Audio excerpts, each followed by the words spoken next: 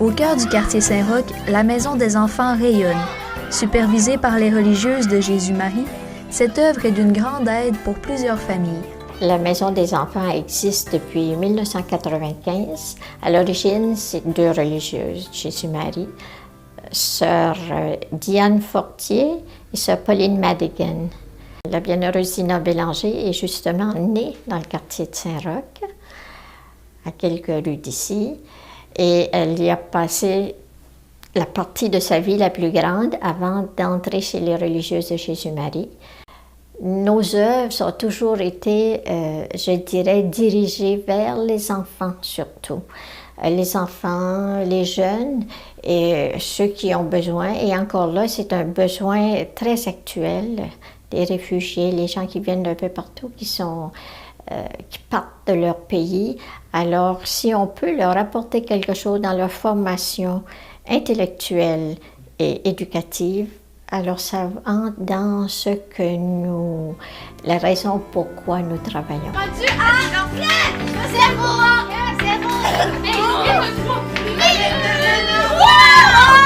La mission de la Maison des enfants, c'est de donner un lieu d'appartenance pour les jeunes de 5 à 12 ans. Accueillir les enfants sur semaine pour l'aide aux devoirs et les samedis pour diverses activités. L'horaire, c'est de 15h15 jusqu'à 17h. On va chercher les enfants à l'école des Berges, qui est à peu près un demi-kilomètre d'ici.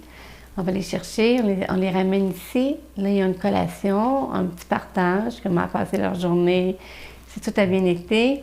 On prend la collation. Après, à 16h, on monte dans nos classes jusqu'à 17h. À 17h, ils retournent chez eux.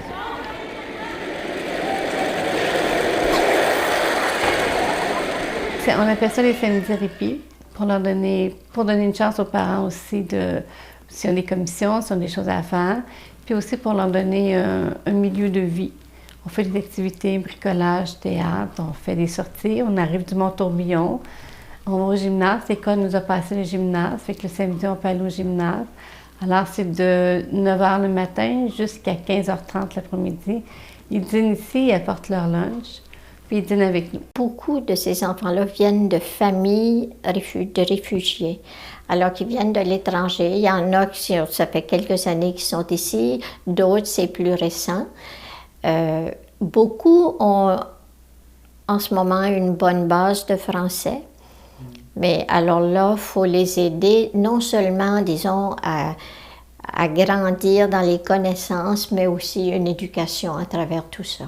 Il y a beaucoup de progrès. C'est sûr qu'il y en a des fois, c'est plus lent, mais je dirais quand ils ont passé ici, que ce soit pour l'aide aux devoirs et leçons ou le samedi, oui, il y a un beau progrès qui se fait. Les enfants s'épanouissent, les enfants, il y a plus d'ouverture, ils nous font confiance. C'est ça, il faut créer un lien de confiance avec l'enfant.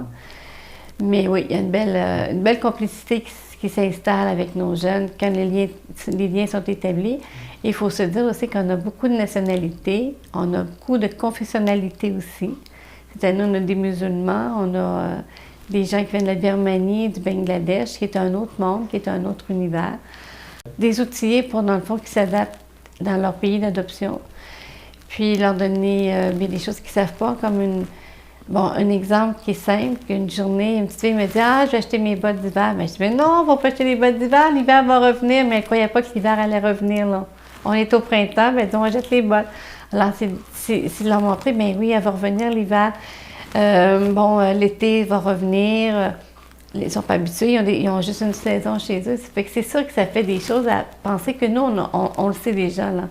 Fait qu'il y a plein d'apprentissages qui se fait pour apprendre à vivre ici au Québec, là. Comment ça s'appelle, votre pièce de théâtre? Embarque dans ton rêve. Aussi, on a d'autres volets. On a un volet spectacle, que les parents puissent venir voir leurs jeunes évoluer là, durant l'année. Au mois de juin, on présente un spectacle avec des chants, de la musique, de la danse, une histoire. Puis aussi, on a un volet. Cette année, on fait une variété. On fait la fête des parents au mois de mai. Une grosse fête. On invite environ une trentaine de familles avec leurs enfants. Puis les parents vont être les vedettes. Puis les enfants vont servir les parents. Puis il va y avoir une photo de famille qui va être prise. En tout cas, c'est vraiment de quoi de gros qui ne s'est jamais fait.